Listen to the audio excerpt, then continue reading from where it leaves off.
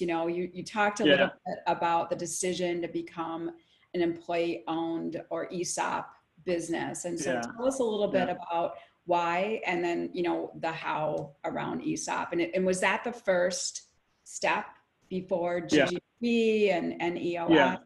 Okay. Yeah.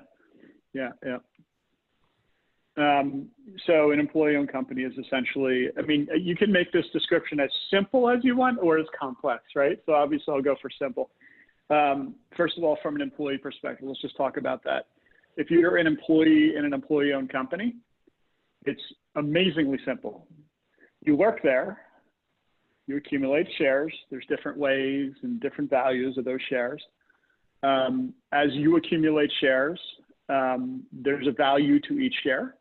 When you retire, you get the shares in cash value, right? So basically, it's flat out an additional benefit. You work there, you accumulate shares. The longer you work there, the more shares you get. The better the company does, the more the shares are worth. And that's one of the keys, right? It's one of the keys for both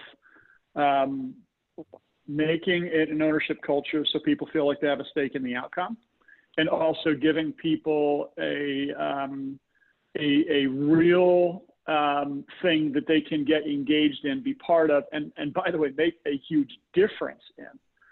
So any other investment, not any other investment, but most other investments, you put your money in and whatever happens, happens. I mean, you can do your diligence to think, you know, to get in the right spot with it, where you think the performance is going to be impacted positively. But the reality is most of them are out of your control.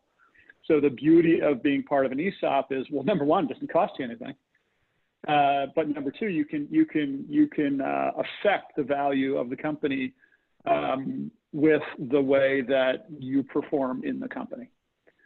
So it's an amazing tool. It's not the simplest thing in the world, like behind the scenes, but from an employee perspective, it really is that simple. It's definitely not for every selling owner. You know, you definitely sell at a discount. But you know, I believe that if you look at the rewards from, and I don't mean financial, but if you look at the rewards for creating an environment like this, it far exceeds any discount or difference between a strategic sale or not. And talk about a good partner. I mean, the last thing in the world I would want would be a strategic partner that kind of tells me what to do. I mean, I'm an only child. And, you know, I don't necessarily like to be told what to do. So now I have shared ownership with people who understand what they're talking about.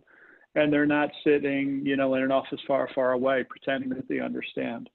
So, I mean, it's literally the greatest partners you could ever possibly have, people that have the same interest as you in growing the value of the company. So it's an amazing, amazing thing. It's literally one of the most valuable things that I've ever done in my life, in business, certainly. Thing I'm kind of most proud of, and think has been one of the best decisions I've ever made.